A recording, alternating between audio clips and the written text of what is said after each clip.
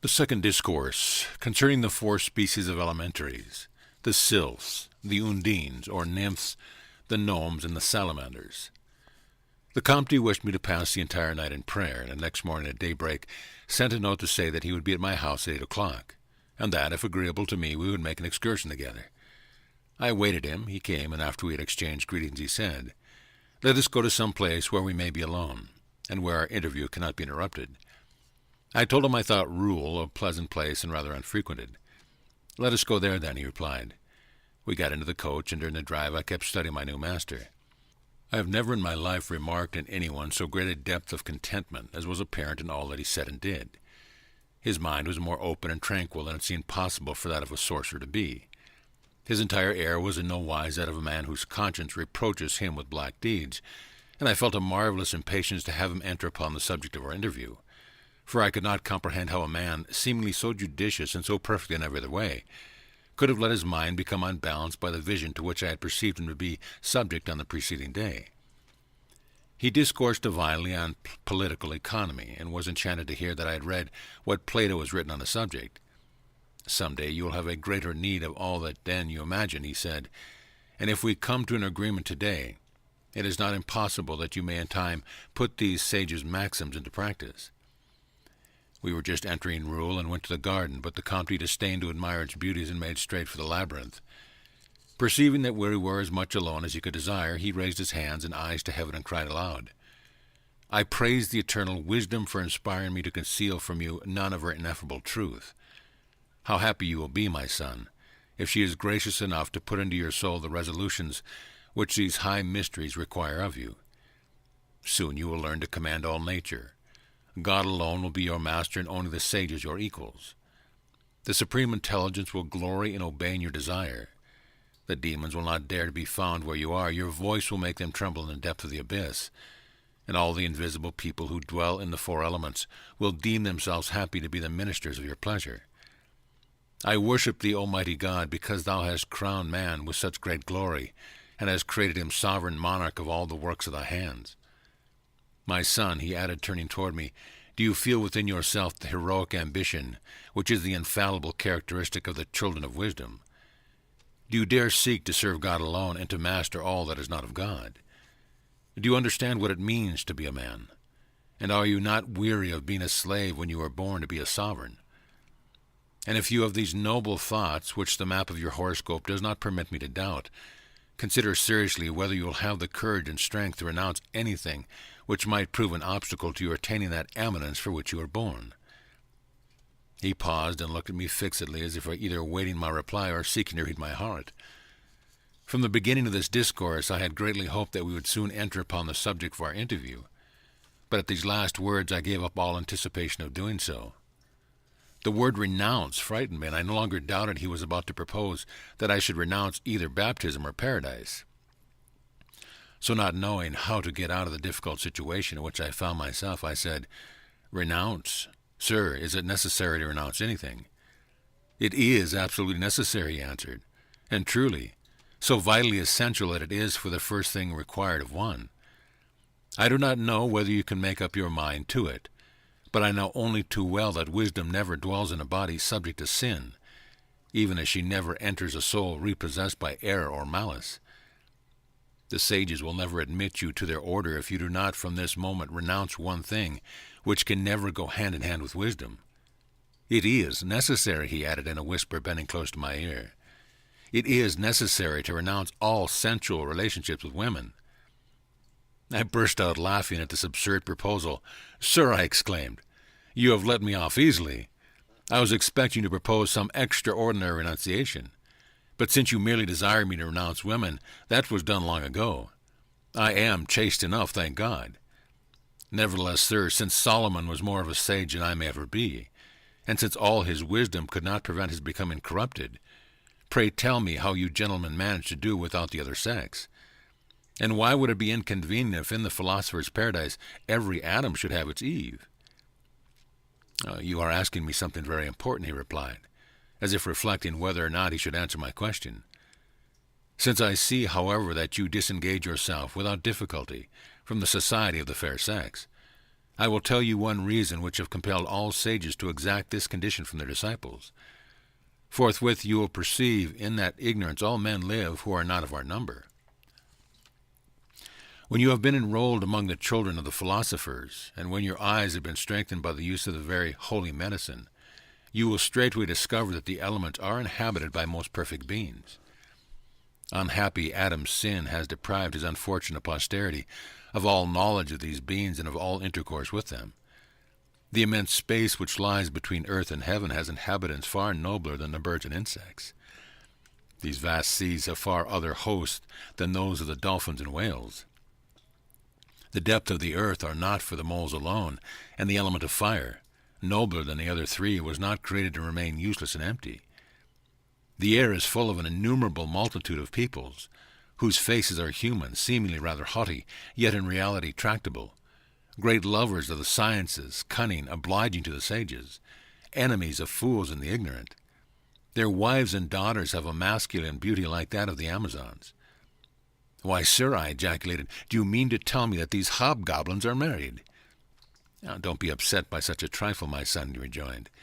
"Believe me, everything that I am telling you is sound and true. These are but the elements of the ancient Kabbalah, and it only rests with you to verify my statements with your own eyes. Receive with a submissive spirit the light which God sends you through my mediation. Forget all you may have heard on this subject in the schools of the ignorant, or later, when convinced by experience, you will have the sorrow of being compelled to own that you persisted stubbornly in the wrong. Hear me to the end and know that the seas and rivers are inhabited as well as the air. The ancient sages called this race of people undines, or nymphs.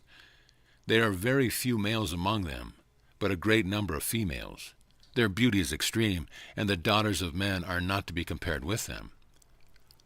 The earth is filled well nigh to its center with gnomes, people of slight stature, who are the guardians of treasures, minerals, and precious stones. They are ingenious, friends of man, and easy to govern. They furnish the children of the sages with all the money they require, and as the price of their service ask not, save the glory of being commanded. The Nomids, their wives, are small but very amiable, and their dress is exceedingly curious. As for the salamanders, flaming dwellers of the region of fire, they serve the philosophers, but do not seek their company eagerly, and their daughters and wives rarely show themselves. "They do right," I interrupted, "and I had rather have their room than their company." "Why so?" inquired the Comte. "Why so, sir?" I replied. "Who would care to converse with such an ugly beast as a salamander, male or female?" "You are mistaken," he rejoined. "That is merely the idea which ignorant painters and sculptors have of them.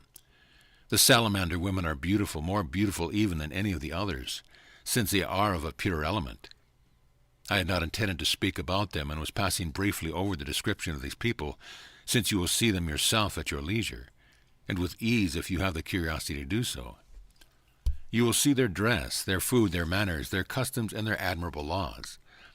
The beauty of their intellects will charm you even more than that of their bodies, yet one cannot help pitying these unfortunates when they tell one that their souls are mortal, and that they have no hope whatever of eternal enjoyment of a supreme being, of whom they have knowledge and whom they worship reverently. They will tell you that they are composed of the purest portions of the elements in which they dwell, and that they have in them no impurities whatever, since they are made of but one element. Therefore they die only after several centuries, but what is time in comparison with eternity?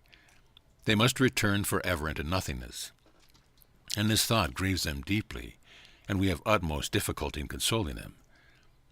Our fathers, the philosophers, when speaking with God face to face, complained to him of the unhappiness of the people, and God, whose mercy is boundless, revealed to them that it was not impossible to find a remedy for this evil.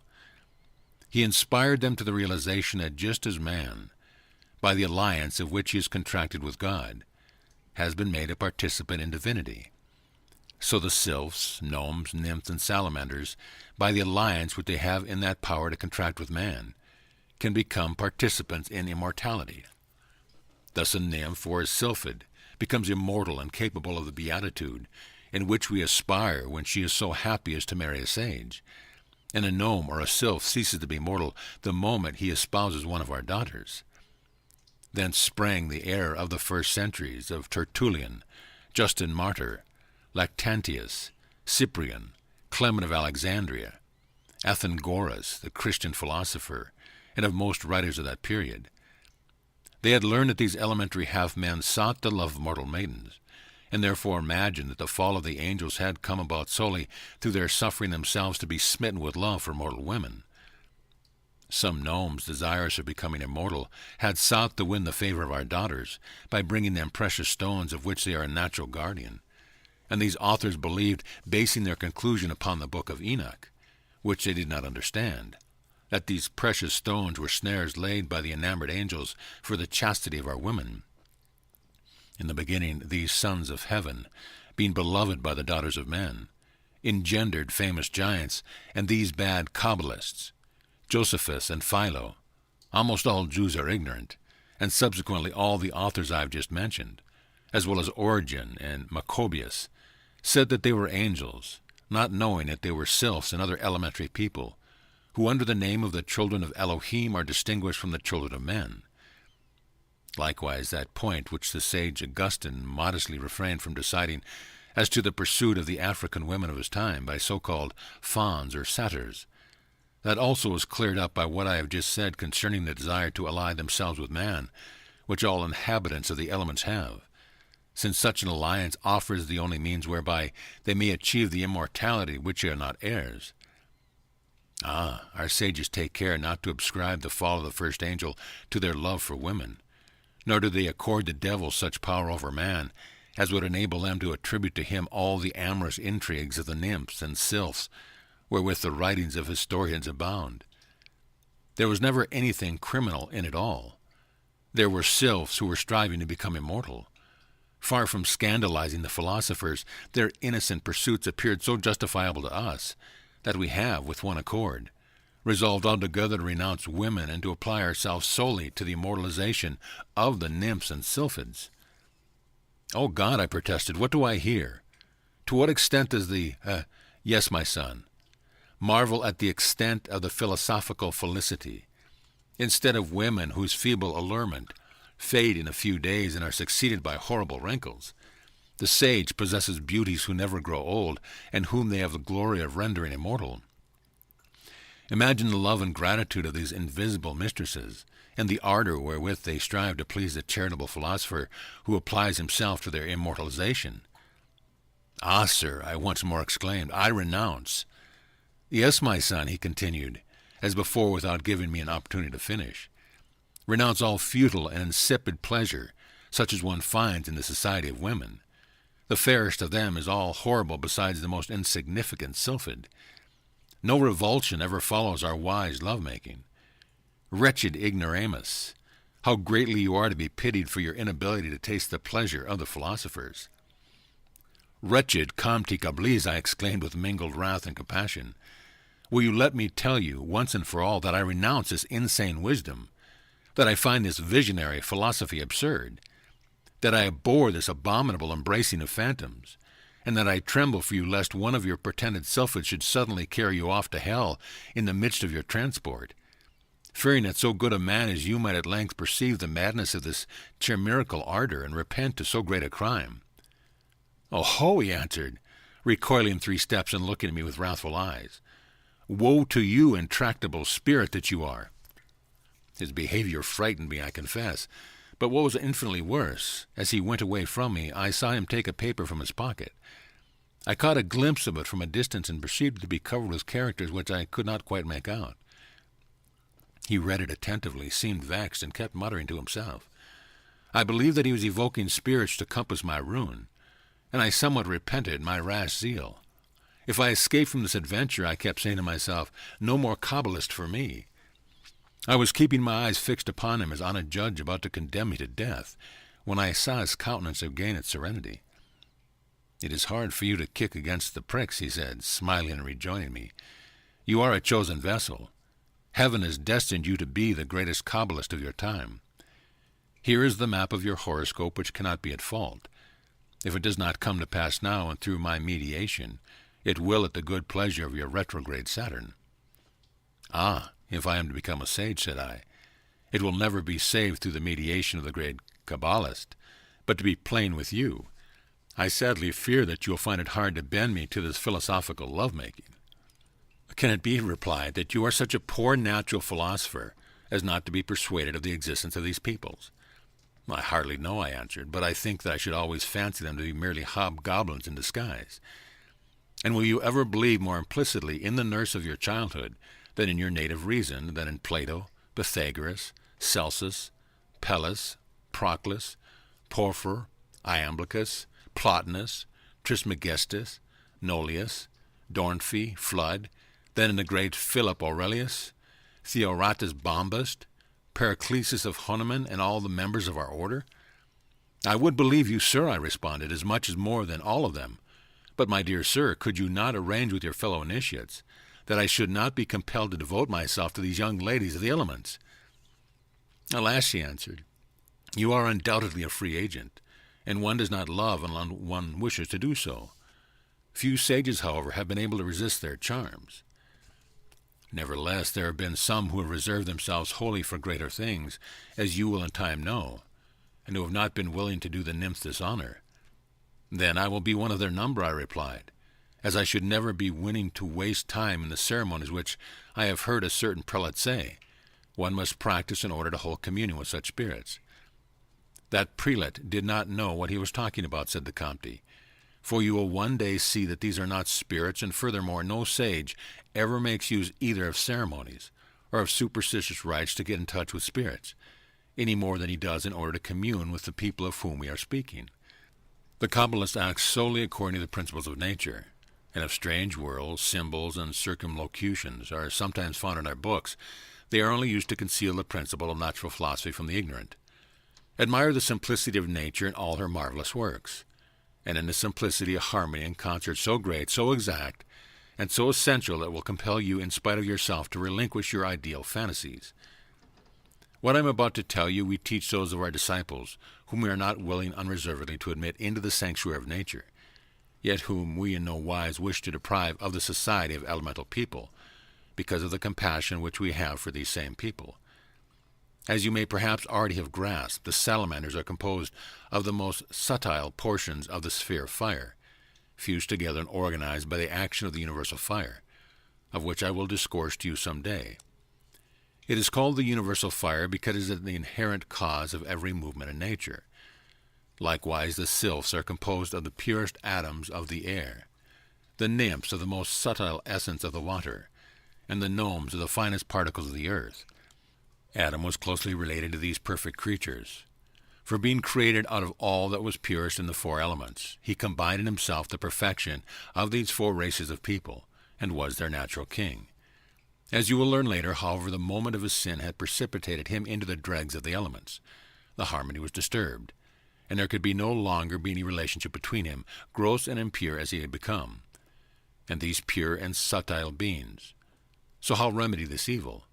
How restrain the lute and recover that lost sovereignty? O nature, why art thou so little studied? Do you not understand, my son, how easy nature finds it to restore to man the estate which he has lost? Alas, sir, I answered, I am very ignorant concerning all these faculties of nature to which you refer. Nevertheless, it is exceedingly easy to become well informed about them, he rejoined. If we wish to recover empire over the salamanders, we must purify and exalt the element of fire which is in us, and raise the pitch of that relaxed string. We have only to concentrate the fire of the world in a globe of crystal, by means of a concave mirror, and this is the art which all the ancients religiously concealed, and which the divine Theophratus discovered. A solar powder is formed in this globe, which being purified in itself, and freed from any admixture of the other elements, and being prepared according to the art, becomes in a very short time supremely fitted to exalt the fire which is in us, and to make us become, as it were, an igneous nature. Thereafter the inhabitants of the sphere of fire are our inferiors, and enraptured to see our mutual harmony reestablished, and that we are again drawing near to them. They have as much friendship for us as for their own kindred, and all the respect which they owe to the image and lieutenant of their Creator. They pay us every attention that they bethink themselves of through their desire to obtain from us the immortality which they do not possess. It is true that they live a very long time, since they are more subtle than the people of the other elements. Hence they are in no hurry to exact immortality from the sages. If the aversion that you have evinced should prove lasting, my son, you might be able to adapt yourself to a salamander. Perhaps it would never speak to you of that which you so greatly fear. It would not be thus with the sylphs, gnomes, and nymphs, as they live for less time. They have more to do with us, so their familiarity is easy to obtain. One is only to seal a goblet full of compressed air, water, or earth, and leave it exposed to the sun for a month. Then separate the elements scientifically, which is particularly easy to do with water and earth. It is marvelous what a magnet for attracting nymphs, sylphs, and gnomes each one of these purified elements is. After taking the smallest possible quantity every day for some month, one sees in the air the flying commonwealth of the sylphs. The nymphs come in crowds to the shore. The guardians of the treasures parade their riches. Thus, without symbols, without ceremony, without barbaric words, one becomes ruler over these people. They exact no worship whatever from the sage, whose superiority to themselves they fully recognize. Thus vulnerable nature teaches her children to repair the elements by means of the elements. Thus harmony is reestablished. Thus man recovers his natural empire, and can do all things in the elements without the devil and without black art. Thus you see, my son, the sages are more innocent than you imagine. Have you no answer to make me? I marvel at you, sir, said I, and I am beginning to fear lest you should make me into a distiller. Ah, God forbid, my child. Your horoscope does not destine you for such nonsense as that. On the contrary, I forbid you to trifle away your time over it. I have told you that the sages only teach such things to those that have no wish to admit to their own company. You will have all these things and infinitely more glorious and more desirable advantages through philosophic procedures, which are quite different in character. I have only described these methods to make you see the innocence of this philosophy and to allay your panic terrors. Thanks be to God, sir, I answered. I no longer have so much fear as I had this afternoon. And although I have not yet made up my mind to this arrangement with the salamanders which you propose, I cannot help being curious to learn how you have discovered that the nymphs and sylphs die. Verily, he replied, they tell us so, and moreover we actually see them die. How is it possible you can see them die, I questioned, when your alliance renders them immortal? That would be a point well made, he said, if the number of sages equal the number of these peoples. Besides, there are many among them who prefer to die rather than to run the risk of becoming immortal, and of being as unhappy as they see the demons to be. It is the devil who inspires these sentiments in them, for he leaves no stone unturned to prevent these poor creatures from becoming immortal through alliance with us. So regard this aversion of yours, my son, as a very pernicious temptation, and a most uncharitable impulse, and you ought so to regard it.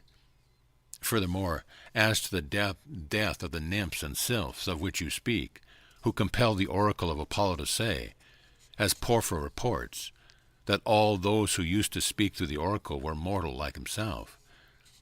And what, think you, was the significance of that cry, which was heard throughout the coast of Italy, and which struck such terror in the hearts of all who chanced to be upon the sea? Great Pan is dead. It was the people of the air who were announcing to the people of the water that the chief and oldest of the sylphs had just died. It seems to me, I remarked, that at the time the cry was heard, the world was worshipping Pan and the nymphs. Were then these gentlemen, whose fellowship you extol to me, the false gods of the pagans? That is true, my son, he answered. The sages are far from believing the devil ever had power to make himself worshipped. He is too wretched and too weak ever to have such pleasure and authority. But he has had power to persuade these hosts of the elements to show themselves to men, and to cause temples to be erected in their honor. And by virtue of the natural dominion which each one of these peoples has over the element in which it dwells, they keep troubling the air and sea, shaking the earth, and scattering the fire of Bevan at their own good pleasure. Thus they had little difficulty in causing themselves to be mistaken for divinities, so long as the sovereign being neglected the salvation of the nation. Yet the devil did not derive from his mischief all the advantage he had hoped. For from that time it changed that as Pan, the nymphs, and other elementary people had found a means of exchanging this traffic in worship for a traffic of love. You must needs remember that among the ancients, Pan was held to be the king of the so-called incubus gods, who ardently courted maidens. Many of the pagans escape from the devil and will not burn in hell. "I do not understand you, sir," I replied. "You take pains not to understand me," he continued mirthfully in a mocking tone. "This is beyond your comprehension, and would likewise be beyond that of all your doctors, for they have no idea as to what glorious natural philosophy is. Here is the great mystery of all that part of philosophy which has to do with the elements, and which, if you have any self-esteem, will surely remove the very unphilosophic repugnance which you have been evincing all day long. Know then, my son, and be in no hurry to divulge this great arcanum to any unworthy ignoramus. Know that even as the sylphs acquire an immortal soul through the alliance which they contract with men who are predestined, so men who have no right whatever to eternal glory, those unfortunates by whom immortality is but a fatal advantage, for whom the Messiah was not sent." "Ah, so you gentlemen of the Kabbalist are Jansenists, then," I interposed. "We do not know what Jansenism is, my child," he answered brusquely, "and we scorn to inform ourselves to wherein consists the difference in the various sects and religions wherewith the ignorant are infatuated. We ourselves hold to the ancient religion of our fathers, the philosophers, concerning which I must one day instruct you. But to resume the thread of our discourse, those men whose melancholy immortality would be but an eternal misfortune, those unhappy children whom the sovereign Father has neglected, have still the resource of becoming immortal by allaying themselves with the elementary people. Thus you see the sages run no hazard as to eternity. If predestined, they have the pleasure of quitting the prison of this body, of leading to heaven the sylphid or nymph, whom they have immortalized. On the other hand, if not predestined, marriage with the sylphid renders their soul mortal and delivers them from the horror of the second death." Footnote: Observe that the position implied, that such permanent death is to be preferred to damnation, is flatly contradicted by the Comte in the fifth Discourse. This, though, is likely deliberate on the part of the author. For the book to have worked as satire, the doctrine put into the mouth of the Comte needed to bear at least some relation to opinions current among Parisian occultists of the time, but it was not necessary that they be consistent. End of footnote. Thus the devil beheld all those pagans who had allied themselves with nymphs escaping his clutches. Thus the sages, or the friends of the sages, to whom God inspires us to communicate any one of the four elementary secrets, which I have well nigh taught you, may be set free from the peril of damnation. "Truth to tell," I exclaimed, not daring to put him into a bad humor again, and deeming it expedient to postpone fully telling him my sentiment until he should have revealed to me all the secrets of his Kabbalah, which, from this sample, I judged to be exceedingly odd and creative. "Truth to tell, you carry wisdom to very great length, and you were right in saying that this would be beyond the comprehension of all of our doctors.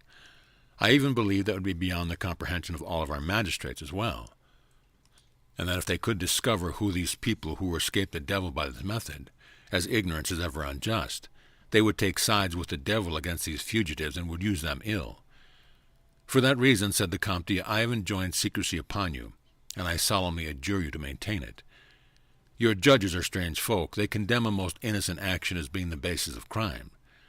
What barbarism it was to condemn those two priests, whom the Prince de la Morande knew to be burned. Each of them had his sylph for the space of 40 years. What inhumanity it was to condemn to death Jean Hervener, who had labored to immortalize a gnome for 36 years. And what ignorance on the part of Bodin to call her a sorceress, and to make her amorous intrigues a justification of the popular misconception regarding the so-called sorcerers, in a book as extravagant as the Republic is rational. But it is late, and I am unmindful of the fact that you have not yet dined. You are speaking for yourself, sir, said I. For my part, I could listen to you until tomorrow without inconvenience. Ah, as for myself, he rejoined, smiling and walking towards the gate, evidently you do not in the least know what philosophy is. The sages only eat for pleasure and never for necessity. I had quite the opposite idea of sageness, I replied. I suppose that the sage should only eat to satisfy necessity. You are mistaken, said the Comte. How long do you think we sages can go without eating? How should I know, said I. Moses and Elias fasted 40 days. No doubt you sages fast for some days less. Oh, what a mighty endeavor that would be, he answered. The most learned man who ever lived, the divine, the almost to be worshipped Periclesis, affirms that he has seen many sages who have fasted for 20 years without eating anything whatsoever. He himself, before being acknowledged monarch of the empire of wisdom, whose scepter we have just accorded him, was pleased to essay living for several years by taking only 1/2 scruple of solar quintessence. And if you wish to have the pleasure of making anyone live without eating, you have only to prepare the earth as I have indicated, that it may be prepared for the purpose of securing the partnership of the gnomes. This earth applied to the navel, and renewed when it is too dry, makes it possible for one to dispense with eating and drinking without the slightest inconvenience whatsoever, even as the voracious Paracelsus relates that he himself demonstrated during 6 months. But the use of the Catholic Kabbalistic medicine liberates us in the very best way from the importune necessities to which nature subjects the ignorant. We eat only when it pleases us to do so, and every superfluity of food vanishes by unconscious transpiration, and we are never ashamed of being men. Then he fell silent, perceiving that we were within hearing of our servants, and we went to the village to take a slender repast, as is the custom of the heroes of philosophy. End of Discourse.